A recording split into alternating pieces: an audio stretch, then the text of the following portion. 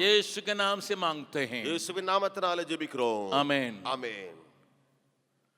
आज हम प्रभु भोज के लिए तैयार होके आए होंगे। இன்னைக்கு நாம் கர்த்தருடைய பந்திக்காக ஆயத்தப்பட்டு வந்திருக்கலாம். इस सप्ताह से लगातार संसार में कुछ कलीसिया में इन 40 दिन में बहुत यीशु मसीह के उस दुख उठाने की बातों पर ख्याल रखते होंगे। இந்த வாரத்திலிருந்து 40 நாட்களாக अनेक கிறிஸ்தவ சபைகளிலே அந்த பாடு மரணங்களை குறித்து தியானங்கள் நடைபெற்றுக் கொண்டிருக்கும்.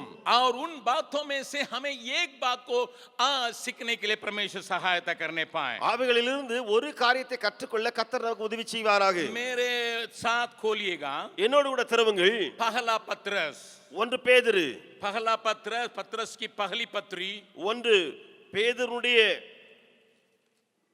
दूसरा अध्याय, 2வது அதிகாரம். वहां पर 21 पद को हम देखेंगे। அங்கே 21வது வசனத்தை நாம் பார்க்கலாம். पहला पत्रस उसका दूसरा अध्याय का 21 पद, 1 பேதுரு 2ஆம் அதிகாரம் 21வது வசனம். वहां पर इस बात को आप पढ़ सकते हैं। நீங்கள் வாசிக்கலாம். और तुम इसी के लिए बुलाए भी गए हो, क्योंकि मसीह भी तुम्हारे लिए दुख उठाकर तुम्हें एक आदेश दे गया है कि तुम भी उसके चिन्ह पर चलो। இதற்காக நீங்கள் அழைக்கப்பட்டும் இருக்கிறீர்கள். ஏனெனில் கிறிஸ்து உங்களுக்காக பாடுபட்டு நீங்கள் தம்முடைய அடிச்சுவடுகளை தொடர்ந்து வரும்படி உங்களுக்கு மாதிரியை பின் வைத்து போனார். मैं एक और बार इस वचन को पढ़ रहा हूं। இன்னொரு முறையாக அந்த வசனத்தை நான் வாசிக்கிறேன். और तुम इसी के लिए बुलाए भी गए हो, क्योंकि मसीह भी तुम्हारे लिए दुख उठाकर तुम्हें एक आदर्श दे गया है कि तुम भी उसके चिन्ह पर चलो। இதற்காக நீங்கள் அழைக்கப்பட்டும் இருக்கிறீர்கள். ஏனெனில் கிறிஸ்துவும் உங்களுக்காக பாடுபட்டு நீங்கள் தம்முடைய அடிச்சுவடுகளை தொடர்ந்து வரும்படி உங்களுக்கு மாதிரியை பின் வைத்து போனார். इन वचनों को समझने के लिए 20 पद से आगे तक पढ़ना चाहिए था।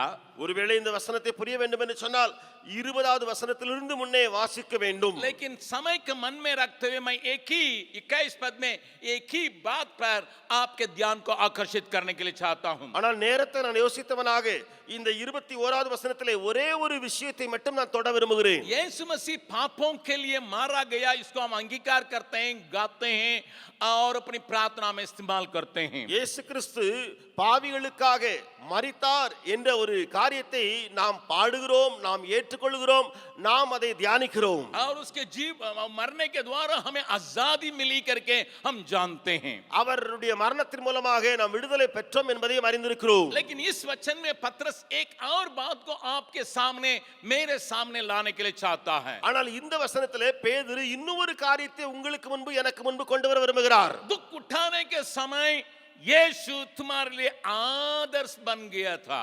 பாடுபட்ட பொழுது இயேசு உங்களுக்காக முன்மாதிரியானார். उस आदर्श को तुम भी अनुकरण करो। அந்த அடிச்சுவடுகளை நீங்களும் தொடர்ந்து வாருங்கள். मैं इस बात पर ध्यान आपके आकर्षित करने के लिए चाहता हूं। இந்த விஷயத்திலே உங்களுடைய கவனத்தை நான் ஈர்க்க விரும்புகிறேன். दुख उठाने के समय यीशु मसीह ने किस किस बात पर या किन किन बातों पर आदर्श बना करके अगर आप अध्ययन करेंगे, பாடுபடுகிற வேளைகளிலே இயேசு கிறிஸ்து எந்த காரியங்களிலே முன்மாதிரியாய் இருந்தார் என்பதை பார்த்தால் आगे पौलुस पत्रस कुछ लिखता है। தொடர்ந்து எழுதும்போது பேதுரு சிலவற்றை எழுதுகிறார். उसने 22 पद में लिखा, उसने पाप नहीं किया। 22ஆம் வசனத்தில் எழுதுகிறார், அவர் பாவம் செய்யவில்லை. उसके मुंह में छल की बातें नहीं निकली, அவருடைய வாயிலே வஞ்சனை காணப்படவும் இல்லை. और 23वां पद में ये देखते हैं, 23ஆம் வசனத்திலே பார்க்கிறோம், गाली सुनकर गाली नहीं देता था, அவர் வையப்படும் போது பதில் வையாமல் இருந்தார். दुख उठाकर किसी को धमकी नहीं दिया था, பாடுபடும் பொழுது பயமுறுத்தாமல் இருந்தார். अपने को बिल्कुल सौंप दिया न्याय के हाथ में। நியாயமாய் தீர்ப்பு செய்கிறவருக்கு தம்மை ஒப்புக் கொடுத்தார். इस प्रकार अनेक बातों के ऊपर पत्रस प्रकाश डालने के लिए चाहता है। यीशु मसीह दुख उठाने समय किस प्रकार की किन बातों पर आदर्श बना। இப்படியாக பேதுரு சொல்லி இயேசு கிறிஸ்து பாடுபடும் பொழுது எந்தெந்த காரியங்களெல்லாம் முன்மாதிரியாய் இருந்து என்று சொல்லி விளக்குகிறார். उसी प्रकार अनुकरण करने के लिए हमें भी बाइबल बतलाती है। அப்படி நாமும் தொடர்ந்து பின்பற்ற வேதம் நமக்கு அறிவுரை சொல்கிறது. लेकिन आज मैं एक विचित्र कोण से इस बात को आपके सामने पेश करने के लिए चाहता हूं। ஆனா நானோ இன்று ஒரு வித்தியாசமான கண்ணோட்டத்தில் இந்த காரியத்தை பேச விரும்புகிறேன். अगर मैं कहूंगा आपकी आंखों में से भी एक प्रकाश निकलने का संभावना है। ஒருவேளை நான் சொல்லுவேன் என்று சொன்னால் உங்களுடைய கண்களிலும் கூட அப்படிப்பட்ட ஒரு வெளிப்பாடு தோன்ற வாய்ப்பு உண்டு. The service of Jesus during suffering. यीशु मसीह के दुख उठाने के समय यीशु मसीह की सेवा. Let me tell it again. मैं उसे फिर से कह दूं. The service of Jesus during suffering. यीशु मसीह के दुख उठाते समय यीशु मसीह की सेवा.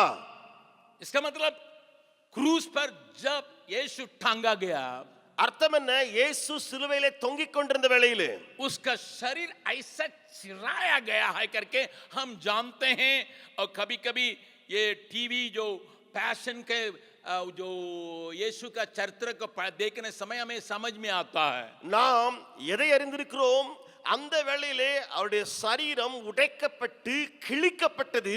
இதை நாம் டிவியிலேயோ அல்லது வேற ஏதாவது படக்காட்சியிலும் கூட அதை அப்படியாக வர்ணிக்க பார்த்திருக்கிறோம். पैशन पिक्चर को बनाने वाला कहता है मैं यीशु के उन दुखों में से आधा ही दिखा पाया। அந்த பேஷன் என்ற திரைப்படத்தை உருவாக்கினவர்கள் இப்படியாக சொல்கிறார்கள், இயேசுவுடைய பாடு மரணங்களிலே நாங்கள் காண்பித்தது பாதியான ஒன்றை தான் காண்பித்திருக்கிறோம். अगर आप देखे नहीं है थोड़ा देखना और जरूरी है। அந்த படக்காட்சி நீங்கள் பார்க்க வேண்டும் என்று சொன்னால் அதை நீங்கள் கொஞ்சம் பார்க்க வேண்டிய கட்டாயம் உண்டு. उसका मुंह कैसा बिगाड़ा गया है, அவருடைய முகம் எப்படியாக கிழிக்கப்பட்டது, उसका पीठ किस प्रकार जोता हुआ है, எப்படியாக அவருடைய முதுகை ஜனங்கள் உதைக்கிறது, அதாவது எப்படியாக நிலத்தை அவர்கள் உதைக்கிறார்களே அப்படியாக செய்தார்களோ. किसी व्यक्ति को जितना स्तर तक दुख करके उसको चीर सकते हैं उतने ही यीशु को चीराया गया है।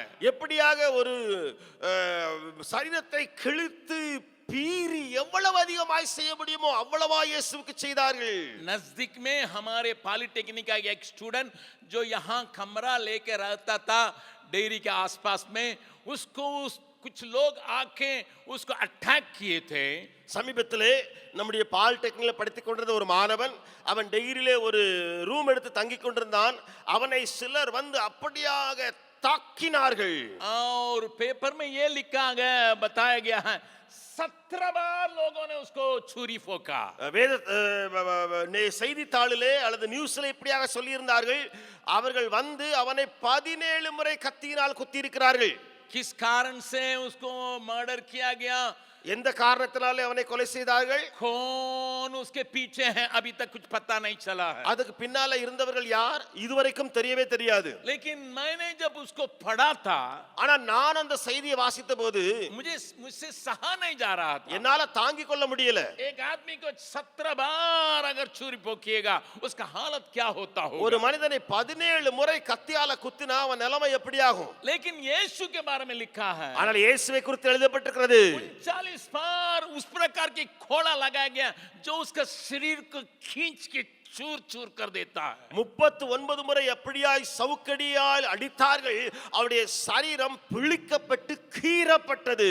हम इसमें आराम से भाग लेते होंगे ஒருவேளை நாம் இதிலே எளிதாய் பங்கு பெற்று கொண்டிருக்கலாம். और मैं उसमें शामिल हो रहा करके सोचे होंगे, நீங்கள் நினைக்கலாம் நான் இன்னைக்கு பந்தியிலே பங்கு பெறுகிறேன் என்று. लेकिन आपके लिए मेरे लिए इतना मेज को फैलाने के लिए प्रभु को उस रास्ता में से होके जाना पड़ा। ஆனால் உங்களுக்கும் எனக்கும் இப்படியாக ஒரு பந்தியை கர்த்தர் கொண்டு வருவதற்கு இயேசுவுக்கு அந்த பாதை தேவைப்பட்டிருந்தது. इसलिए मैंने तमिल में ये गीत को गाया जो तमिलनाडु में लोग अक्सर गाते हैं। தமிழ்நாட்டிலே அடிக்கடி பாடுகிறார்கள். நான் ஏற்றின ஒரு பாடல் நான் பாடி இருக்கிறேன். அந்த பாடல் இப்படி உண்டு, वो कलवरी का प्रेम को कलवरी के ऊपर ध्यान करने से आपके दिल को वो पिघालने का அந்த ताकत रखता है। கல்வாரியின் அன்பை எண்ணி பார்க்கும் பொழுது அந்த கல்வாரியின் அன்பு உங்களுடைய உள்ளத்தை உருக்க வல்லமை பெற்றது. प्रभु के नाम की स्तुति महिमा होवे, தேவ நாமத்துக்கு மகிமை உண்டாகட்டும்.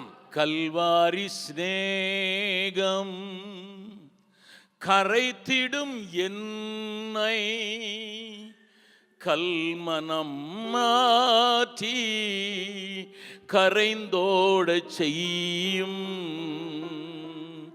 கல்வாரி சிநேகம் கரைத்திடும் என்னை கல்மனம் மாற்றி கரைந்தோட செய்யும் कलवारी स्नेहम। अगर केवल उस क्रूस की उस प्रेम को अध्ययन करिएगा आपका दिल जो है पिघल के पानी जैसा बहने लगेगा। நீங்கள் வெறுமனே அந்த கல்வாரியினுடைய அன்பை மாத்திரம் தியானித்தால் உடைய உள்ளம் உருகி தண்ணீரை போல ஓடிவிடும்। प्रभु को उस घड़ी में ஆண்டவருக்கு அந்த வேளையிலே उसकी सेवा अन्य लोगों के लिए क्या रहा मैं थोड़ा सा दिखाने के लिए चाहता हूं। அவருடைய ஊழியம் பிறருக்காக என்ன இருந்தது என்பதை கொஞ்சம் நான் காண்பிக்க விரும்புகிறேன்। आप और हम किसी न किसी सेवकाई में अपने को जोड़े होंगे। நீங்களும் நானும் ஏதோ ஒரு ஊழியத்திலே உங்களை இணைத்திருக்கலாம்। चाहे अस्पताल में हो या सुसमाचार सुनाने में हो या सिखाने के एजुकेशनल मिनिस्ट्री में हो या मर्सी मिनिस्ट्री हो, किसी न किसी रीति से आप और हम सेवकाई में जुटे हैं। ஆஸ்பத்திரி ஊழியமா இருக்கலாம், அல்லது வெளியிலே ஃபீல்டிலே பிரசங்கிக்கிறதோ, அல்லது கல்வி புகட்டுகிற ஏதோ ஒரு விதத்திலே ஊழியத்திலே இருக்கலாம்। लेकिन अपने व्यक्ति के जीवन की दुख की ऊंचे स्तर में पीक में क्या आप सेवा कर पाएंगे? ஆனால் நீங்கள் உங்களுடைய பாடுகளுடைய உச்சக்கட்டத்திலே, வேதனையுடைய உச்சக்கட்டத்திலே நீங்கள் ஊழியம் செய்ய முடியுமா? क्या आप उस वक्त में दूसरों के लिए ख्याल रख सकते हैं? அந்த வேளையிலே நீங்கள் பிறருக்கு கரிசனையோடு காரியம் செய்ய முடியுமா? आप एक छोटी सी न्यूज को YouTube में देखे होंगे நீங்கள் ஒரு சிறிய செய்தியை யூடியூபிலே பார்த்திருக்கலாம்। और एक बच्चा बीमार हुआ, ஒரு பிள்ளை வியாதிப்பட்டது, माँ बाप उसको जल्दी से अस्पताल पहुंचाए பெற்றோர் விரைவாய் அந்த பிள்ளையை ஆஸ்பத்திரிக்கு கொண்டு போனார்கள்। और वहां के नर्सेस ने देखा डॉक्टर अब ये गए हैं इसलिए शायद वे नहीं आ पाएंगे। அந்த நர்ஸ்கள் நினைத்தார்கள் மருத்துவர்கள் இப்பதான் வேலை விட்டு போயிருக்கிறார்கள், ஆகையினாலே அவர்கள் வர முடியாது என்று நர்ஸ் நினைத்தார்கள்। और बच्चा बहुत सीरियस था, இந்த பிள்ளையோ ரொம்ப சீரியஸ் நிலைமைக்கு போனது। तुरंत उसको ऑपरेशन करने बिना वो जिंदा नहीं रह सकता था। உடனே ஆபரேஷன் செய்யலன்னு சொன்னா பிள்ளை உயிர் இருக்காது। और माँ बाप छटपटा रहे थे, அந்த பெற்றோர்கள் பதறிக் கொண்டிருக்கிறார்கள், और चिल्ला रहे थे, கதறுகிறார்கள்। अस्पताल से डॉक्टर को फोन किया गया, ஆஸ்பத்திரியிலிருந்து மருத்துவர்களுக்கு போன் கால் போகிறது। ये माँ बाप जाके नर्सेस को बोल रहे हैं डॉक्टर को जल्दी बुलाओ। பெற்றோர் போய் நர்ஸ் இடத்துல சத்தம் போடுறாங்க, டாக்டரை சீக்கிரம் கூப்பிடுங்க, समय बीत रहा है, நேரம் கடந்துட்டு இருக்குது, मेरा बच्चा का खून बह रहा है, என்னுடைய பிள்ளைக்கு ரத்தம் போய் கொண்டிருக்குது, मर रहा है, செத்து கொண்டிருக்கிறது, कैसा भी हो बचाने के लिए डॉक्टर को जल्दी आने के लिए बोलो। என்னவானாலும் மருத்துவரை சீக்கிரம் கூப்பிடுங்க। डॉक्टर आने में विलंब हो रहा है, மருத்துவர் வருகிறதுல கால தாமதம், और विलंब हो रहा है, இன்னும் கால தாமதம்। माँ बाप गुस्सा कर रहे हैं, பெற்றோருக்குள்ளே கோபம் வருகிறது, बस गुस्सा कर रहे हैं। பெரிய கோபப்படுகிறார்கள்। अगर डॉक्टर सामने रहता फाड़ देते, மருத்துவர் இருந்தார்கள் பீறி கிழித்திருப்பார்கள்। इतना गुस्सा हो गया। அவ்வளவாய் கோபமிட்டு डॉक्टर जल्दी जल्दी आया அந்த மருத்துவர் ஓடி ஓடி வந்தார்। और आने समय उसका बाप जाके 4 थप्पड़ मारा। அந்த அப்பா போய் அந்த மருத்துவரை 4 அடி அடித்தாரு। कहां गए हो? எங்கே போய்ட்டா? ड्यूटी के समय में कहां गए हो? டியூட்டி நேரத்துல நீ போனது எங்க? तुमको यहाँ के लोगों के ऊपर ख्याल नहीं है, இங்க இருக்கிறவர்களை குறித்து உனக்கு கரிசனை இல்லையோ? यहाँ ड्यूटी तुम्हारा यहाँ लगा हुआ है, இங்க டியூட்டி உனக்கு போடப்பட்டிருக்கு, कहां भाग गए हो? நீ எங்கே ஓடி போனா? थप्पड़ मार रहा। அடிச்சாரு பெற்றோர் அப்பா। डॉक्टर उसको ले लिया, அந்த மருத்துவர் அதை எடுத்துக்கொண்டார், उसका रिएक्शन नहीं किया, அதற்கு ரியாக்ஷன் செய்யவில்லை। ऑपरेशन थिएटर में गया, ஆபரேஷன் தியேட்டருக்கு போனார்।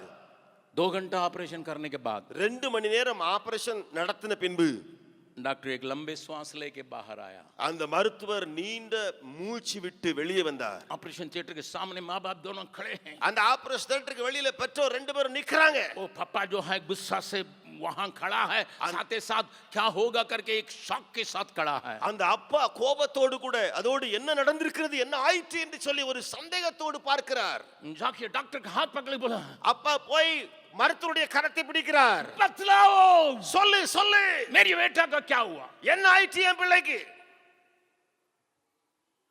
डॉक्टर शांति के साथ बोला, அந்த மருத்துவர் அமைதியாய் சொன்ன வார்த்தை, बच गया, பிழைத்து விட்டது, बच गया, பிழைத்து விட்டான்.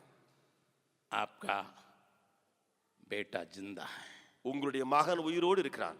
बाप रो रहा है தகப்பனோ அழுது கொண்டே இருந்தார். और डॉक्टर को गले लगा के कह रहा है, அந்த மருத்துவரை கட்டி பிடித்து சொன்னார், हाँ आपने मेरे बेटे को बचा लिया. நீங்கள் என்னுடைய பிள்ளையை காப்பாத்திட்டீங்க. डॉक्टर ने कहा मुझे जाने दीजिए. மருத்துவர் சொன்னார், என்னை போக விடுங்கள் இப்பொழுது. इस आदमी को और गुस्सा आया. இந்த மனிதனுக்கு இன்னும் கோபமாயிடுச்சு. मैं धन्यवाद दे रहा हूं, நான் நன்றி சொந்து கொண்டிருக்கிறேனே, प्यार दिखा रहा हूं, நான் அன்பு காட்டிக் கொண்டிருக்கிறேனே உமக்கு. फिर जाने के चक्कर में रहते हो तुम. நீ திரும்ப போகக்கூடிய எண்ணத்துல எப்படி வருகிறாய்? और दो थप्पड़ दिए. இன்னும் 2 அடி அடித்தார் அவர். मेरे धन्यवाद को स्वीकार नहीं करता. என்னுடைய நன்றியை ஏற்றுக்கொள்ளாதவரே.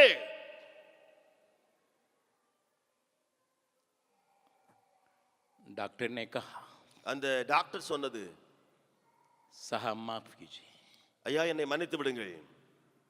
मेरा बेटा मर गया था, उसको दफनाने के लिए मुझे जाना था. तब तक मैं अस्पताल से कॉल आया, मैं उनको स्थगित करने के लिए कह के मैं चले आया हूं. जाके मेरे बेटे को दफनाने के लिए मौका दीजिए. என்னுடைய மகன் அங்கே மரித்திருந்தான். அவனை நான் அடக்கம் பண்ணுவதற்காக போக வேண்டி இருந்தது. அதற்குள்ளே இந்த ஃபோன் கால் வந்ததினால நான் அதிலே போகாமல் இங்கே வந்தேன். அது அப்படியே நிறுத்தப்பட்டிருக்கிறது அந்த ஆராதனை. இப்பொழுது எனக்கு விடை கொடுங்கள், போய் என்னுடைய மகனை நான் அடக்கம் பண்ண. अबे ये गुस्सा करने वालों को पता चला, அப்பொழுதுதான் கோபப்பட்ட அந்த பெற்றோருக்கு தெரிந்தது, मैंने इनको झूठे को मारा. நான் பொய்யாய் தவறாய் அடித்து விட்டேனே. इस डॉक्टर कितना अपने दुख की घड़ी में भी सेवा के लिए अपने को सौंपा है. இந்த மருத்துவர் தன்னுடைய துக்கத்தின் வேளையிலும் ஊழியம் செய்ய தன்னை ஒப்பு கொடுத்திருக்கிறாரே. इसको मैं महसूस नहीं कर पाई करके अपने सिर को दीवार पर लगा लगा के मारा. அதை உணர்ந்தவராய் இந்த தகப்பன் அதை உணர்ந்து கதறி கதறி தலையை சுவரில் அடித்து அடித்து அவர் அழுது கொண்டிருந்தார். चारों आज आप और हम सेवकाई में जोड़े गए हैं. பிரியமானவர்களே, இன்றைக்கு நீங்களும் நானும் ஊழியத்தில் இணைக்கப்பட்டிருக்கிறோம். हम 1 मिनट अपने बारे में सोचेंगे. ஒரு நிமிடம் உங்களை குறித்து யோசியுங்கள். अपने ऊपर आने वाली विपत्तियों के ऊपर हमारा बहुत ख्याल है. நம்மை மேல வருகிற ஆபத்தை குறித்து அதிகமாய் கவலைப்படுகிறவர்கள் நாம். लेकिन उस घड़ी में हमारी सेवकाई कैसी है? அந்த வேளையிலே நம்முடைய ஊழியம் எப்படி இருக்கும்? उस घड़ी में आप दूसरों के लिए किस प्रकार के चिंता में हैं? அந்த வேளையிலே பிறரை குறித்து உங்களுடைய கவலை எப்படி? उस घड़ी में आप दूसरों के लिए ख्याल क्या रखते हैं? அந்த வேளையிலே பிறரை குறித்து என்ன கரிசனை கொள்ளுகிறீர்கள்? 1 मिनट सोचें. ஒரு நிமிடம் யோசித்து பாருங்கள். सी जीसस இயேசு को देखिए, क्रूस पर है, சிலுவையிலே தொங்குகிறார். पूरा शरीर चिरा हुआ है முழு சரீரமும் பீறப்பட்டிருக்கிறது. और खून अभी नहीं रह गया, उतना खून निकल गया ரத்தமே இல்லாத அளவுக்கு எல்லாம் வழிந்து ஓடிடுச்சு. क्योंकि रात से खून बहते आ रहा है. இரவிலிருந்தே ரத்தம் போய் கொண்டிருக்கிறதுனால प्रार्थना के समय में इसको दब्बा के रूप में खून जो है पसीना के साथ गिर रहा था. அங்கே பார்த்தோமே, அவர் ஜெபிக்கிற வேளையிலே அவருடைய வேர்வை இரத்த துளிகளாய் வெளியே வந்தது. मार मार के सिपाहियों ने उसको चूर चूर कर दिया. அதற்கு பின்பு சிலுவை அவரை அடித்து அடித்து போர் வீரர்கள் பீறினார்களே. अभी जो भी बचा है ये कांटियों के द्वारा चला गया. ஆனால் இப்பொழுது இருந்த அந்த இரத்தமும் கூட ஆணி அடிகளினாலே வெளியேறிச்சு. सिर पर कांटी का मुकुट से जो भी खून यहाँ जमा था वो भी खत्म हो गया. முள் முடியினாலே மீதமாயிருந்த அந்த இரத்தமும் போய்விட்டது. एक चोर, ஒரு திருடன், एक कलह को लोगों में फैलाने वाला, ஒரு ஜனங்கள் மத்தியிலே கலகம் உண்டாக்கின ஒரு கொள்ளைக்காரன், एक डाकू, ஒரு கொள்ளைக்காரன், समाज के लिए बुराई करने वाला, சமுதாயத்துக்கு தீமையை விளைவித்த மனிதன், जिंदगी भर में बुराई के अलावा कुछ किया नहीं, வாழ்க்கை முழுவதும் தீமை தவிர ஒன்றும் செய்யாத ஒரு கள்ளன். वहां वो प्रार्थना कर रहा है, அங்கே விண்ணப்பம் செய்கிறான்.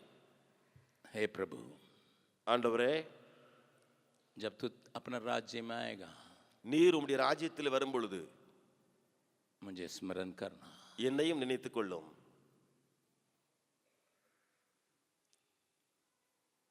जिसके पास कोई आशा नहीं रही, யாரிடத்துல நம்பிக்கைன்னு சொல்லி ஒண்ணு இல்லவே இல்லையோ, जिसके पास भरोसा रखने के लिए जरा सा भी उपाय नहीं। நம்பிக்கை வைப்பதற்கு கொஞ்சம் வாய்ப்பு கூட ஒண்ணுமே இல்லையோ யாரிடத்துல? उसकी धीमी आवाज यीशु की ओर आ रहा है। அவனுடைய மெல்லிய சத்தம் இயேசுவை நோக்கி வருகிறது. मैं विश्वास करता हूँ अगली जिंदगी एक तो है।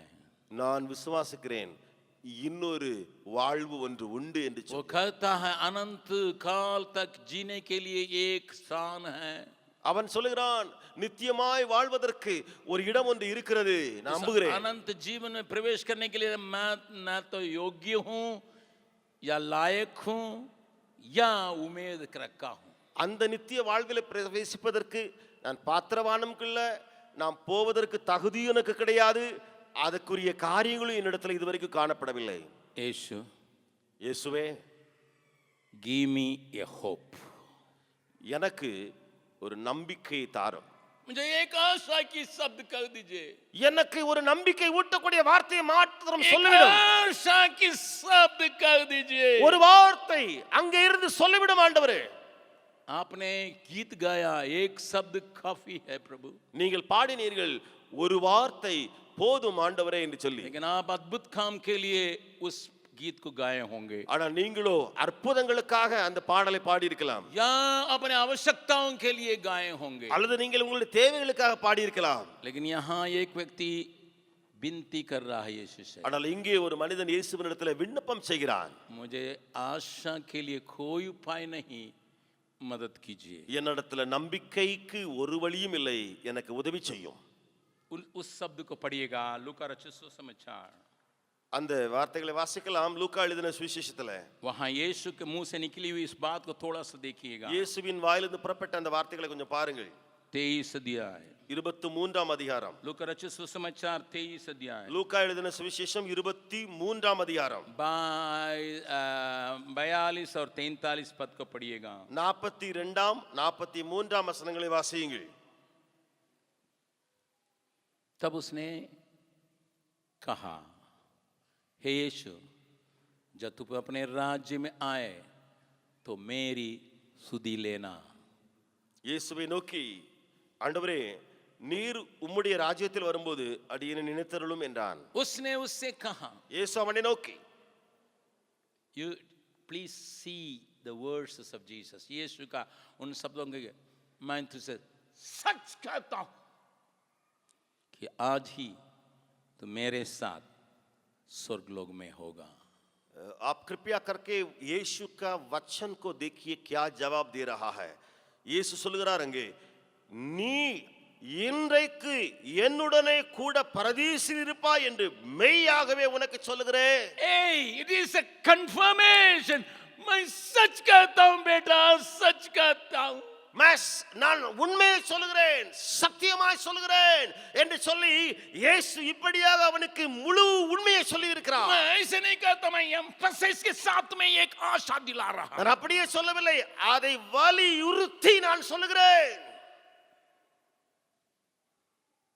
उसकी सेवा क्रूस में रहने के समय में भी इस पुकारने वाले की आवाज के लिए जवाब के रूप में मिल रहा। இயேசுவுடைய அந்த ஊழியம் இருக்கிறதே, அந்த சிலுவையின் வேதனைகள் மத்தியிலேயும் கூட இந்த மனிதனுக்கு செய்யக்கூடிய ஒரு ஊழியமாக நாம் இங்கே பார்க்கிறோம். एक और बात को देखिए, இன்னொரு காரியத்தையும் பார்க்கலாம்.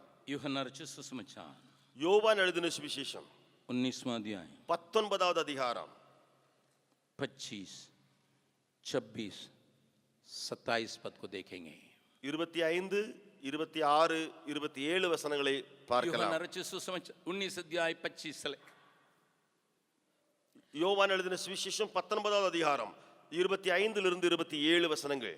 परंतु यीशु के क्रूस के पास उसकी माता और उसकी माता की बहन मरियम, क्लेपास की पत्नी और मरियम मगदलेनी खड़ी थी. இயேசுவின் சிலுவையின் அருகே அவருடைய தாயும் அவருடைய தாயின் சகோதரி கிலயோப்பா மரியாளும் மகதலேனா மரியாளும் நின்று கொண்டிருந்தார்கள். उस तस्वीर को अपने दिमाग में लाइए. இப்பொழுது இந்த காட்சியை உங்கள் முன்பதாக கொண்டு வாருங்கள். 26वां पद में ये देखते हैं. 26ஆம் வசனத்திலே இப்படியாக பார்க்கிறோம். यीशु ने अपनी माता और उस चेले को जिससे वो प्रेम रखता था पास खड़े होकर अपनी माता से कहा, हे नारी देख ये तेरा पुत्र है. அப்பொழுது இயேசு தம்முடைய தாயையும் அருகே நின்று தமக்கு அன்பாயிருந்த சீஷனையும் கண்டு தம்முடைய தாயை நோக்கி, ஸ்திரியே அது உன் மகன் என்றார். तब उसने चेले से कहा ये तेरी माता है. और उसी समय से वो चेला उसे अपने घर ले गया. பின்பு அந்த சீஷனை நோக்கி அதோ உன் தாய் என்றார். அந்நேரம் முதல் அந்த சீஷன் அவளை தன்னிடமாய் ஏற்றுக்கொண்டான். वो डाकू तो पुकार के पूछ सकता था, அந்த கொள்ளைக்காரன் கதறி கேட்க முடிந்திருந்தது. लेकिन मरियम के पास ताकत नहीं है पुकार के कहना, बेटा अगर तुम चले जाओगे मैं क्या करूंगी करके पूछने की ताकत नहीं, दम नहीं. ஆனால் இந்த மரியாளிடத்திலேயோ சத்தம் போட்டு கேட்பதற்கு, மகனே என்னை விட்டு போகிறாயே என்னுடைய நிலைமை என்னவாகும் என்று சொல்லுவதற்கு கூட பலன் இல்லாமல் இருந்தது. ऊपर क्रूस पर कांटियों के मुकुट के साथ दोनों हाथों में कांटी लगा हुआ लटका हुआ है, उसकी आंखें तलाश कर रही है. இயேசுவை பார்த்தால் தலையிலேயோ முட்களால் பின்னப்பட்ட ஒரு கிரீடம் அல்லது முகுடம், கால்களிலும் கரங்களிலும் ஆணிகளால் துளைக்கப்பட்ட ஒரு காரியம். அவருடைய கண்களோ பாசத்தோடு தாகத்தோடு தேடிக்கொண்டே இருக்கிறது ஒருவனை. वहां एक मां है, அங்கே ஒரு தாய் நின்றாள். बोलने के लिए भी ताकत नहीं रखती है, பேசுவதற்கும் பலனற்றவள், मांगने के लिए भी शब्द नहीं है उसके पास, கேட்கவும் கூட அவளிடத்தில் வார்த்தைகள் இல்லை. but the service of Jesus was available even at that moment. यीशु की सेवा को देखिए, उस घड़ी में भी या वक्त में भी यीशु की सेवा जारी रही. ध्यान से सुनिएगा. நன்றாக கவனியுங்கள். दुख उठा करके वो आदर्श दिखा के चला गया, हमें भी अनुकरण करना है करके पत्रस कहता है. பேதுரு சொல்கிறான், பாடுபட்டு அவர் அந்த அச்சொல்வடிகளை நமக்காகவும் பின்பற்றும்படியாக வைத்து போனார் என்று. अगर उस आदर्श जीवन को हम अनुकरण करेंगे, அந்த முன்மாதிரி வாழ்வை நாம் கடைபிடித்தால், केवल पुकारने वालों को नहीं, நாம் அங்கே நம்மை நோக்கி வேண்டுகிறார்களே கேட்கிறார்களே அவர்களுக்கு மாத்திரமல்ல, जो पुकारने के ताकत को खो बैठता है, கேட்க வேண்டுகிற சக்தியும் இழந்த மனிதர்கள் கூட, जो पुकारने के लिए कोई उसके पास शक्ति नहीं है, கேட்பதற்கு அல்லது பேசுவதற்கு எந்த ஒரு பலனும் கூட இல்லாமல் இருக்கிறவர்களும் கூட, उसके लिए भी मेरी सर्विस उपलब्ध है करके यीशु दिखाता है. அவர்களுக்கும் என்னுடைய சேவை ஆயத்தம் என்று சொல்லி இயேசு காண்பித்தார். हम क्यों नहीं कर पाते हैं? நாம் ஏன் செய்ய முடியாமல் இருக்கிறோம்? क्योंकि हम सोचते हैं ஏனென்றால் நாம் என்ன நினைக்கிறோம்? हमारे दुख इतना है, हम उनके लिए क्या मदद करें? ஏன் துக்கமே பெருசா இருக்கு, எனக்கு அங்க போய் என்ன செய்ய हमारे முடியும்? गम ज्यादा है, हम दूसरों के लिए क्या कर सकेंगे? எனக்கு நானே சோகமா இருக்கிறேனே, பிறரிடத்துல போய் நான் என்ன செய்ய போறேன்? हम हमारे क्लेश बहुत बड़ा, मैं दूसरों के लिए क्या कर सकता हूँ? என்னுடைய வேதனையோ அதிகமா இருக்கிறதுல பிறருக்கு போய் நான் என்ன சேவை செய்ய? आप और हम क्रूस की बात को देखे हैं, समझे हैं. நீங்களும் நானும் சிலுவையின் காரியங்களை பார்த்திருக்கிறோம், அதை புரிந்திருக்கிறோம். इसलिए हम यीशु के पास आए हैं. ஆகையினால இயேசுவண்டையில வந்திருக்கிறோம். कोलोसियों की पत्री में पौलुस कहता है, 3 अध्याय का पहला पद में, கொலோசியருக்கு எழுதும் பொழுது பவுல் 3ஆம் அதிகாரம் 1ஆம் வசனத்தில் இப்படியாக சொல்கிறான். गलतियों की पत्री उसका 3 अध्याय का पहला पद, கலாத்தியர் 3வது அதிகாரத்தினுடைய முதல் வசனத்தை நீங்கள் பார்த்தால், हे निर्बुद्धि गलतियों, किसने तुम्हें मोह लिया है? तुम्हारी तो मानो आंखों के सामने यीशु मसीह क्रूस पर दिखाया गया. புத்தி இல்லாத கலாத்தியரே, நீங்கள் சத்தியத்திற்கு கீழ்ப்படியாமல் போகத்தக்கதாக உங்களை மயக்கினவன் யார்?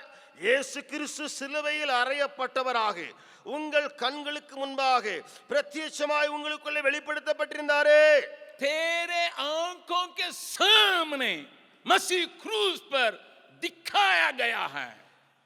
இயேசு கிறிஸ்து சிலுவையில் அறையப்பட்டவராக உங்கள் கண்களுக்கு முன் பிரத்யட்சமாய் வெளிப்பட்டிருந்தாரே. हमारा जीवन पुराना नियम के पवित्र लोगों से अधिक होना चाहिए। நம்முடைய வாழ்வு இருக்கிறது பழைய ஏற்பாட்டு பரிசுத்தவான்களை காட்டிலும் அதிகமாக இருக்க வேண்டுமே. मैं 3 पवित्र लोगों की एक-एक घटना को क्षण भर में दिखा के मैं आगे बढ़ने के लिए चाहता हूं। நான் 3 பரிசுத்தவான்களுடைய சம்பவங்களை அப்படியே நொடி நொடியிலே காட்டிவிட்டு நான் முன்னேறி செல்ல விரும்புகிறேன். इब्राहिम को देखिए, ஆபிரகாமை பாருங்கள்.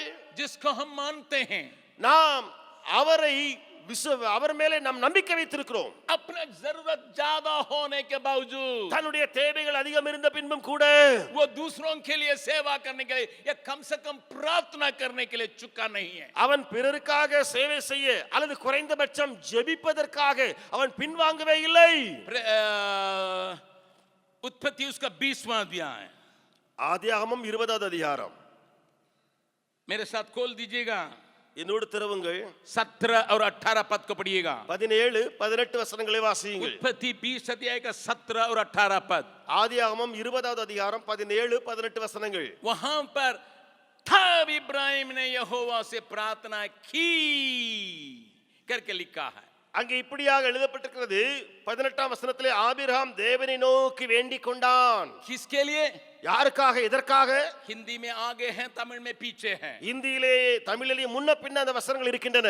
यहोवा ने अबीमेलेक और उसकी पत्नी और दासियों को चंगा किए और वे जानने लगी। அப்பொழுது தேவன் அபிமெலேக்கையும் அவன் மனைவியையும் அவன் வேலைக்காரிகளையும் குணமாக்கி பிள்ளை பெறும்படி அனுகிரகம் பண்ணினார். सारा को अभी बच्चा नहीं है, சாராளுக்கு இப்பொழுது பிள்ளை இல்லை. सारा के द्वारा कोई संतान नहीं मिल रहा है, சாராள் மூலமாக எந்த ஒரு பிள்ளை பேற்றும் இல்லை. लेकिन इब्राहिम देख रहा है कि सारा को छूने के वजह से, ஆனால் ஆபிரகாம் பார்க்கிறான் அந்த சாராளை அங்கே தொட்டது நிமித்தமாக, अबीमेलेक उसको छूने के चलते, அபிமெலேக் அங்கே தொட்டது நிமித்தமாக वहां के सारे लोगों को कोख बंद हो गया। அங்கே எல்லாருடைய கற்பங்களும் அடைக்கப்பட்டன. देख रहा है, பார்க்கிறான் இவன், कोई बच्चा नहीं हो रहा, देश எந்த में யாருமே பிள்ளை பிறக்கவில்லை. कोई बच्चा नहीं हो रहा, யாருமே பிள்ளை பெறவில்லை. राजमहल में नहीं हो रहा या नौकर के घर में हो रहा। அரண்மனையிலும் பிள்ளை பெற்று இல்லை, வேலைக்காரிகள் குடும்பங்களிலும் பிள்ளை பெற்று இல்லை. और वहां पर ये नहीं कहा गया है, அங்கே இப்படியாக சொல்லப்படவில்லை.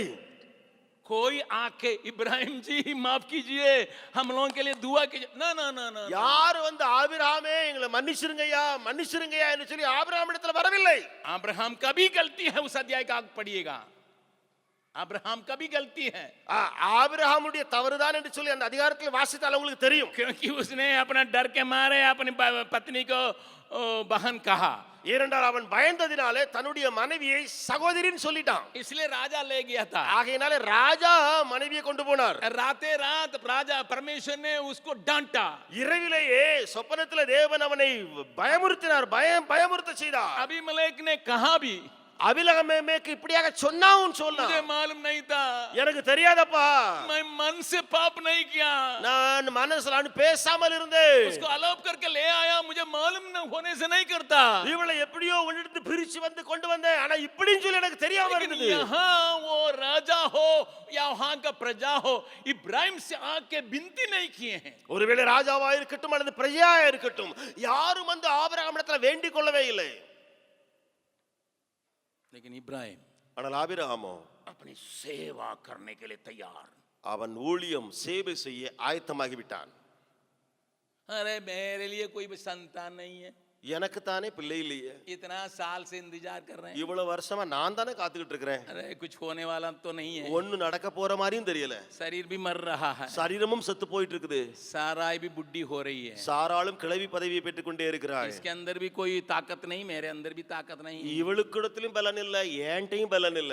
हम जाके दूसरों के लिए कौन सी दुआ करेंगे, நான் போய் பிறருக்காக என்னையா ஜெபிக்க போறேன், क्या मैं दूसरों के लिए सेवा करूंगा, நான் போய் பிறருக்கு சேவை செய்ய முடியுமோ? नहीं, இல்லவே இல்ல, नहीं, முடியாது.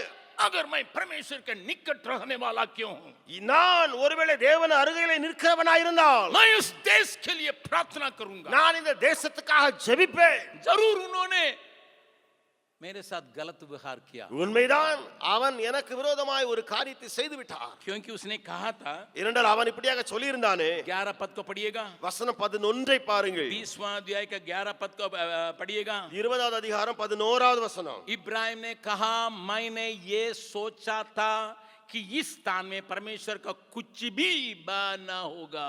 அதற்கு ஆபிரகாம், இவ்விடத்தில் தெய்வபகம் இல்லை என்றும் என் மனைவி நிமித்தம் என்னை கொண்டு போடுவார்கள் என்று நான் நினைத்தேன். या हिंदी में तो कम से कम भविष्य के काल में लिखा है, ஒருவேளை இந்தியிலே பார்த்தால் ஒரு எதிர்காலத்தில் வருகிற காரியங்களை எழுதி இருக்கிறது. लेकिन तमिल में देखिएगा, ஆனா தமிழ்ல பாருங்கள், मैंने यहाँ देखा, यहाँ परमेश्वर का डर भय है नहीं. நான் இங்கே பார்த்தேன், தேவனுக்கு பயப்படுகிற பயம் இங்கே இல்லை என்று கண்டேன். एक देश जिसमें परमेश्वर का डर भय है नहीं, ஒரு தேசம் அங்கே தெய்வ பயமே இல்லை. इसका अभी सत्यानाश होने के लिए सारे लोगों का कोख बंद हो गया. இது நிமித்தமாக அழிப்பதற்காக எல்லாருடைய கற்பமும் அடைக்கப்பட்டன. एक देश की नाश को देख रहा है, ஒரு தேசத்தினுடைய அழிவை ஆபிரகாம் காண்கிறான். एक जाति को भंग होने की बात को देखता है, ஒரு ஜாதியை அங்கே முடிகிற நிலைமையை பார்க்கிறான். रुका नहीं रहा. அவன் அங்கே நிற்க கூடாமல், वे लोग मांगे नहीं, அவர்கள் வந்து இவன்ட்ட கேட்கல, वे लोग विनती नहीं किए, அவர்கள் வந்து இவன்ட்ட வேண்டிக் கொள்ளல. लेकिन इब्राहिम जाके कह रहा, ஆனால் ஆபிரகாம் போய் வேண்டுகிறான், प्रभु ஆண்டவரே नहीं. இல்ல வேண்டவே வேண்டாப்பா, राजा से लेकर आखिरी मनुष्य तक उनको फिर से आशीष देना. ராஜாவிலிருந்து கடைசி குடிமகன் வரைக்கும் திரும்ப ஆசீர்வாதிங்க ஆண்டவரே. बाइबल बतलाती है, வேதம் சொல்கிறது, परमेश्वर ने इब्राहिम की प्रार्थना सुन के उनके सारे लोगों को मदद किया है. தேவன் ஆபிரகாமுடைய விண்ணப்பத்தை கேட்டு அவர்கள் எல்லாருக்கும் அனுகிரகம் செய்தார். I am in trouble, मैं खुद तंगा गया हूँ, I am in need, मैं खुद जरूरतमंद हूँ. I don't know when it will happen to me, मुझे मालूम नहीं ये बातें मेरे जीवन में कब होंगी, my service will be available, लेकिन मेरी सेवा जारी रहेगी. whether it is demanded or not, it will be available. कोई मांगे ना मांगे मेरी सेवा जारी रहेगी. जिसने कलवरी प्रेम को देखा नहीं, उस अब्राहम का यही हालत है. கல்வாரி அன்பை காணாத ஆபிரகாமுக்கு இந்த நிலைமையை பாருங்கள். इन कलवरी प्रेम को आंखों के सामने देखे हुए हमारे हालत को देखिए. ஆனால் கல்வாரின் அன்பை கண்களின் முன்பதாக கண்ட நம்முடைய நிலைமையும் பாருங்கள். हमारा दुख बहुत हिमालय पर्वत तक जैसा दिखाई पड़ता है. நம்முடைய துக்கம் ஒரு இமாலய மலையை போல காணப்படலாம். हम जरूरतों को चारों तरफ देख नहीं पा रहे हैं. நாம் தேவைகளை நான்கு புறமும் இருக்கிறதை காணக்கூடாமல் இருக்கிறோமே. एक और जन कोई उत्पत्ति की किताब से दिखाने के लिए चाहता हूं. இந்த ஒரு மனிதனையும் ஆதியாகம புத்தகத்திலிருந்தே காண்பிக்கட்டும். उत्पत्ति 40वां अध्याय, ஆதியாகமம் 40வது அதிகாரம். उत्पत्ति 40 अध्याय के 6 पद को देखिएगा. ஆதியாகமம் 40வது அதிகாரம் 6ஆம் வசனத்தை 6 और பாருங்கள். 7 को देखेंगे. 6ஆம் 7ஆம் வசனங்கள்.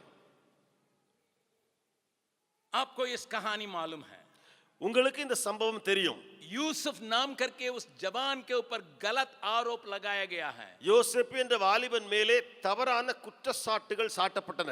जेल में डाला गया है. சிறையிலே தள்ளப்பட்டான். उसने गलती नहीं किया, அவனோ தவறு செய்யவில்லை. उसने गलती करने के लिए सोचा भी नहीं था. அவன் தவறு செய்ய நினைக்கவும் இல்லை.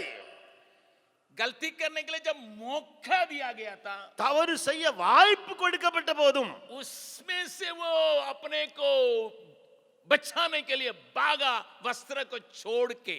அவன் அதிலிருந்து தப்பி பிழைக்க ஓடினான். தன்னுடைய மேலாடை அங்கே உதறி போட்டுவிட்டு. जिसमें गलती नहीं है, தவறு யாரிடத்துல இல்லையோ, जिसने गलती के बारे में सोचा ही नहीं, தவறு செய்ய நினைக்காத மனிதனாயிருந்தும் गलती करने के लिए मौका देने से भी बच के भाग रहा है, தவறு செய்ய முழு வாய்ப்பு கொடுக்கப்பட்டிருந்தாலும் செய்யாமல் ஓடுகிறான். दंडित है. தண்டிக்கப்படுகிறான். इसी बात को सोच सोच के वो रोते रहने के लिए पूरा संभावना है. இதையே நினைத்து அழுது கொண்டே புலம்பிக் கொண்டிருக்கிற நல்ல मैंने வாய்ப்பு உண்டு. क्या गलती किया, நான் செய்த தவறுதான் என்ன சொல்லுங்க, मेरी गलती क्या है, என் தவறு என்ன சொல்லும்.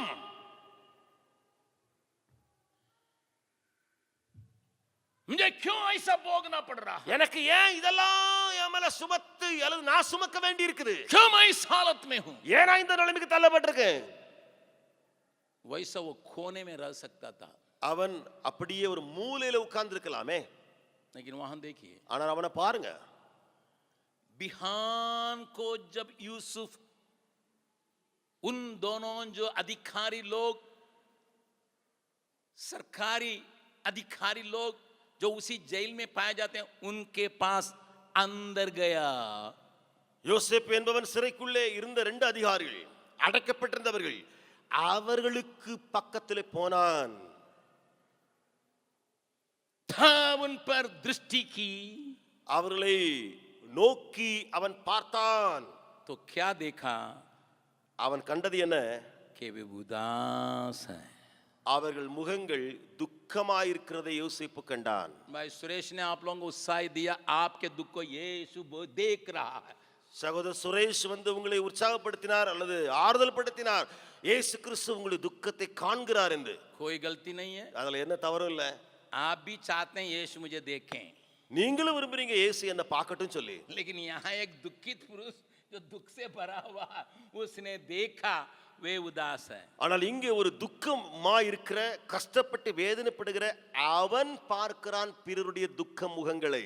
सो उसने फिरौन के उन हाकिमों से जो उसके साथ उसके स्वामी के घर के बंदीगृह में थे, पूछा कि आज तुम्हारे मुंह क्यों उदास है. அப்பொழுது அவன் தன் எஜமானுடைய வீட்டிலே தன்னோட காவல் பண்ணப்பட்டிருந்த பார்வோனுடைய பிரதானிகளை நோக்கி, உங்கள் முகங்கள் இன்று துக்கமாயிருக்கிறது என்ன என்று கேட்டான். क्या मतलब है? அர்த்தம் என்ன இதற்கு? Do you need my service? क्या आप मेरी सेवा लेना चाहते हैं? It seems you need somebody's help. लगता है कि तुम्हारे लिए किसी की सेवा की जरूरत है. मैं उपलब्ध हूँ. मैं हूँ, நான் இருக்கிறேன். मुझसे होगा मैं बतलाऊंगा. என்னால முடியறதை நான் சொல்லுவேன். अगर मैं मुझसे होगा मैं तुमको कुछ करने के लिए कोशिश करूंगा. என்னால முடிந்த வரைக்கும் உங்களுக்கு நான் எதையாவது செய்ய முயற்சி எடுப்பேன். अभी बगल वाला का हाथ पकड़ के चेहरा देख के पूछिएगा. இப்பொழுது பக்கத்தில் உள்ளவங்க கரங்களை பிடித்து முகத்தை பார்த்து கேளுங்கள்.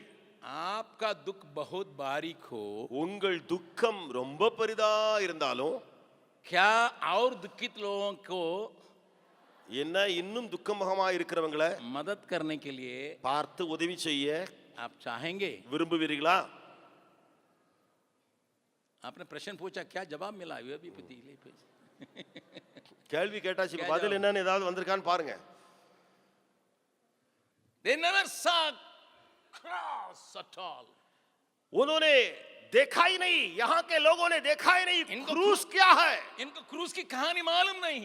சிலுவையின் உபதேசமோ கதையோ இவர்களுக்கு தெரியாது. इनको ये सलाह नहीं दिया गया यीशु का अनुकरण करो, ना ना ना ना बताया नहीं. இவர்களுக்கு சொல்லப்படவில்லை இயேசுவை பின்பற்றுங்கள், இயேசுவை பின்பற்றுங்கள். இவர்களுக்கு எங்க போய் தெரியும்? I will serve in spite of my suffering. मेरे दुख उठाने के बावजूद मैं सेवा करूंगा.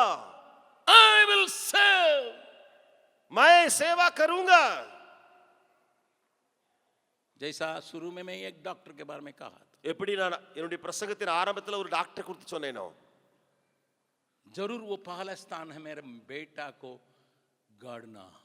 அவருக்கு முதல்ல இருந்தது ஒரு காரியம் உண்மைதான், என்னுடைய மகன் இறந்துட்டான், அவனை அடக்கம் பண்ணணுமே.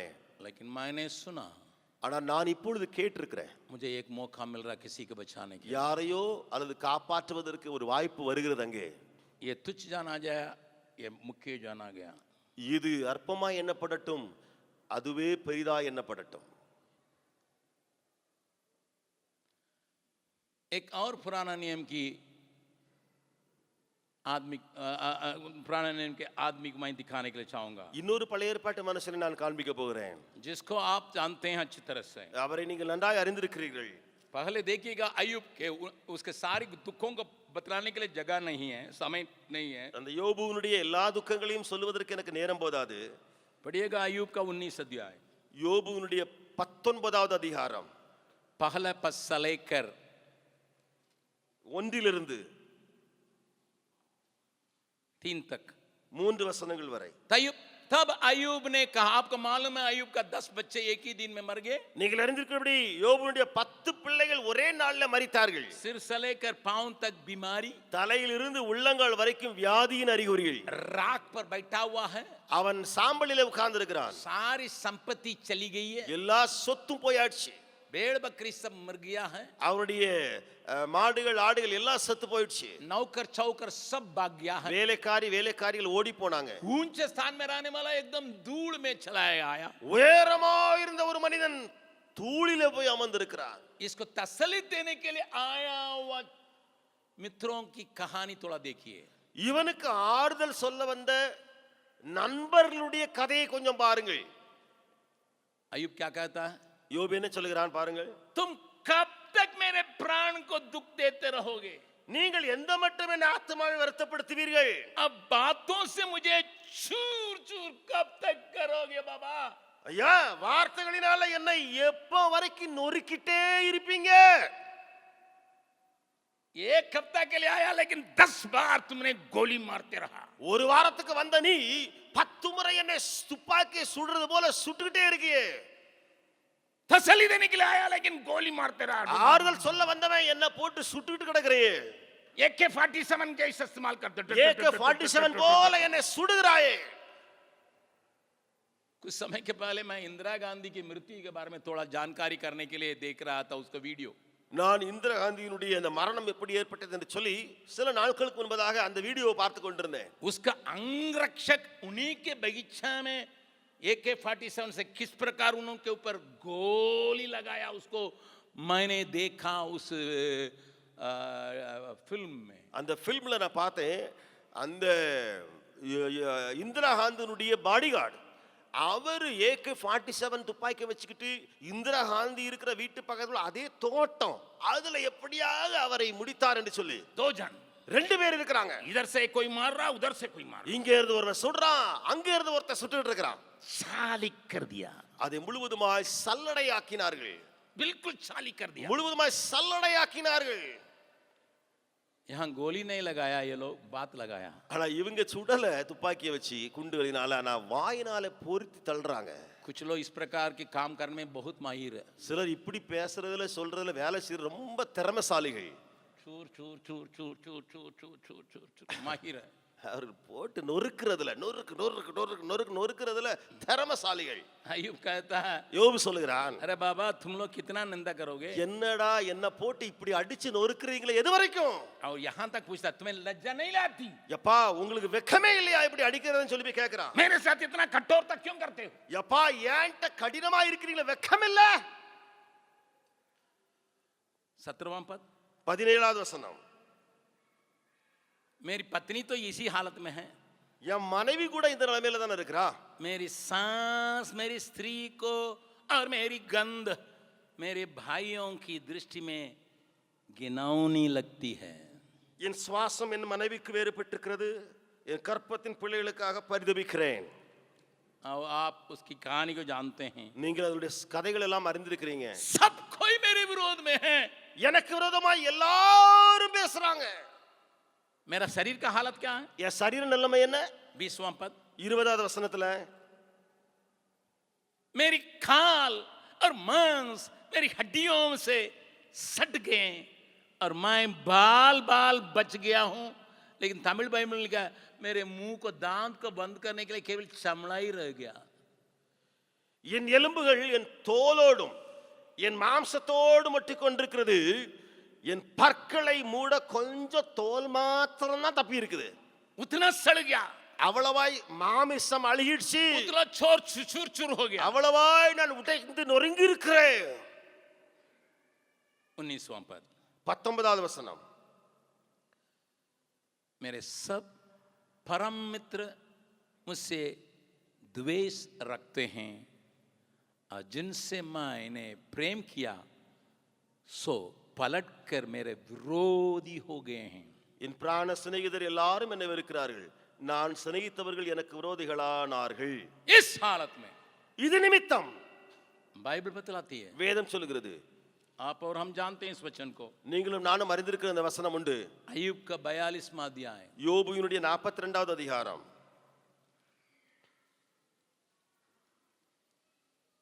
10वां पद। 10வது வசனம்.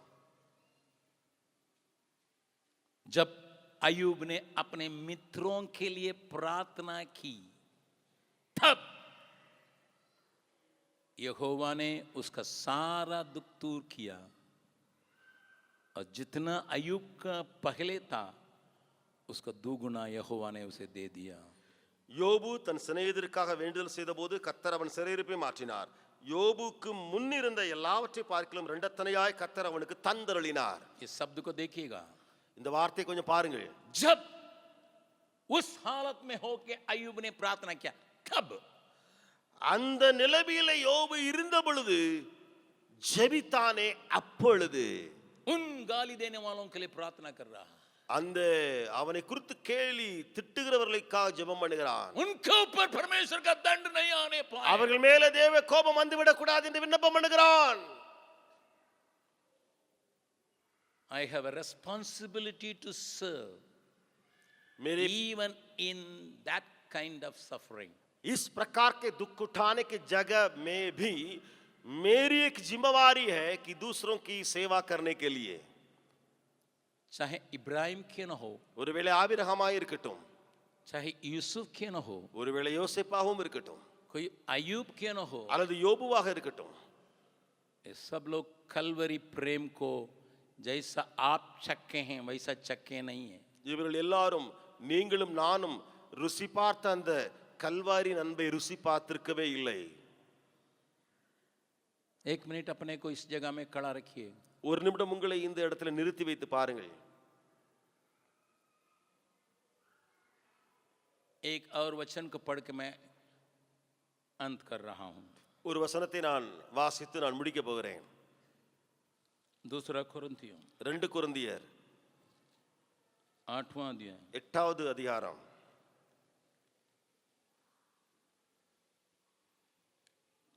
पहला दूसरा पहले से लेकर 5 पद तक हमें पढ़ने की आवश्यकता है. 1 முதல் 5 வசனங்கள் வரையும் நாம் வாசிக்க வேண்டிய அவசியம் இருக்கிறது. दूसरा कुरिन्थियों 8वां अध्याय का पहला पद. 2 கொரிந்தியர் 8வது அதிகாரம் 1ஆம் வசனம். अब हे भाइयों, हम तुम्हें परमेश्वर के उस अनुग्रह का समाचार देते हैं जो मकदूनिया के कलीसियाओं पर हुआ है. அன்றியும் சகோதரரே, மக்கதோனியா நாட்டு சபைகளுக்கு தேவன் அளித்த கிருபையை உங்களுக்கு அறிவிக்கிறோம். क्लेश की बड़ी परीक्षा में उनके बड़े आनंद और भारी कंगालपन के बढ़ जाने से उनकी उदारता बहुत बढ़ गई. அவர்கள் மிகுந்த உபத்திரவத்தினாலே சோதிக்கப்படுகையில் கொடிய தரித்திரம் உடையவர்களாய் இருந்தும் தங்கள் பரிபூர்ண சந்தோஷத்தினாலே மிகுந்த உதாரத்துவமாய் கொடுத்தார்கள். दूसरा पद में 2 शब्दों को थोड़ा ध्यान से सुनिएगा. 2வது வசனத்திலே 2 வார்த்தைகளை கவனித்து பாருங்கள். बड़ी परीक्षा, மிகுந்த உபத்திரவம், क्लेश, கொடிய தரித்திரம், भारी कंगालपन. பயங்கரமான ஒரு சோதனை அல்லது தரித்திரம். लेकिन इसके बीच में बड़े आनंद के साथ இதற்கு மத்தியிலே பரிபூர்ண சந்தோஷத்தினாலே उनका उदारता पहले से बढ़ गई. அவருடைய உதாரத்துவமாய் கொடுக்கிற குணம் முன்னே காட்டிலும் அதிகமாயிருக்கிறது. तीसरा पद, வசனம் 3. मैं गवाही देता हूं कि उन्होंने अपनी वरन सामर्थ से भी बाहर मन से दिया. மேலும் அவர்கள் தங்கள் திராணிக்கு தக்கதாகவும் தங்கள் திராணிக்கு மிஞ்சியும் கொடுத்தார்கள். और इस दान में और पवित्र लोगों की सेवा में बागी होने के अनुग्रह के विषय में हमसे बार बार बहुत विनती की. தங்கள் உபகாரத்தையும் பரிசுத்தவான்களுக்கு செய்யப்படும் தர்ம ஊழியத்தின் பங்கையும் நாங்கள் ஏற்றுக்கொள்ளும்படி அவர்கள் எங்களை மிகவும் வேண்டிக் கொண்டார்கள். और जैसे हमने आशा की थी वैसे ही नहीं, वरन उन्होंने प्रभु को फिर परमेश्वर की इच्छा से हमको भी अपने थाय दे दिया. மேலும் நாங்கள் நினைத்தபடி மாத்திரம் கொடாமல் தேவனுடைய சித்தத்தினாலே முன்பு தங்களை தாமே கர்த்தருக்கும் பின்பு எங்களுக்கும் ஒப்பு கொடுத்தார்கள். कंगालपन में और दे रहे हैं. தரித்திரத்துல இன்னும் கொடுத்துக்கிட்டு இருக்கிறாங்க, उपद्रव में और दे रहे हैं, உபத்திரவத்துல இன்னும் கொடுக்கறாங்க, क्लेश में और दे रहे हैं, சோதனையில இன்னும் கொடுக்கறாங்க, गड्डी में और दे रहे हैं। தாழ்ச்சியில இன்னும் கொடுக்கறாங்க। हम मना कर रहे हैं लेकिन तो भी जबरदस्ती के साथ दे रहे हैं। கொடுக்க வேண்டாம்னு சொல்றோம், ஆனாலும் கொடுத்துக்கிட்டே இருக்கிறாங்க। मकदूनिया कलीसिया को पौलुस कहता है ये अनुग्रह उनको मिला है। மக்கதோனியா நாட்டு சபைகளை குறித்து அவர்களை குறித்து பவுல் என்ன சொல்கிறான், இந்த கிருபை அவர்களுக்கு அளிக்கப்பட்டிருக்கிறது। How about your giving, sir? आपके देने की बात कैसी है? How about your giving? आपके देने की कार्य कैसा है? How about your service to the suffering? जो दुख उठा रहे हैं उनकी सेवा आपकी कैसी जा रही है? Serving God in the time of need, serving God in the time of suffering shows who you are. दुख के समय, दर्द वेदना या घटी के समय जो परमेश्वर की सेवा जो आप करते हैं उसी से आपका पहचान होती है। मैं फिर कहने के लिए चाहता हूं, திரும்ப சொல்ல விரும்புகிறேன், how do you serve during the time of your biggest suffering? बड़े क्लेश उसके मध्य में आप किस प्रकार परमेश्वर की सेवा में लगे हैं? आप और हम अपनी दुख को ही बहुत बड़ा समझते होंगे, நீங்களும் நானும் நம் சொந்த துக்கத்தையே பெருசா நினைச்சுக்கிட்டு இருக்கலாம், हम अपने दुख को ही महत्वता देते होंगे। நம்முடைய துக்கத்துக்கே முக்கியத்துவம் கொடுத்திருக்கலாம்। ये मनुष्य का स्वभाव है। இது மனிதனுடைய சுபாவமே। लेकिन पतरस कहता है, ஆனால் பேதுரு சொல்லுகிறான், हे मेरे भाइयों, என் சகோதரரே, मसीह की उस आदर्श जो रख छोड़ा है उसको थोड़ा देखो। கிறிஸ்து வைத்து போன முன்மாதிரிகளை பின்பற்றுங்கள்। क्रूस पर रहने से भी मांगने वालों को भी मदद किया, न मांगने वालों को भी उसने सुधि ली। அவர் சிலுவையில இருந்த பின்பும் கூட, தொங்கின பின்பும் கூட கேட்டவர்களுக்கும் உதவி செய்தார், கேட்காதவர்களுக்கும் உதவி செய்தார்। हे प्रभु, हम यहाँ प्रभु भोज में शामिल होने के लिए आए हैं। ஆண்டவரே, கர்த்தருடைய பந்தியில நான் கலந்து கொள்ளும்படியாய் வந்திருக்கிறேனே।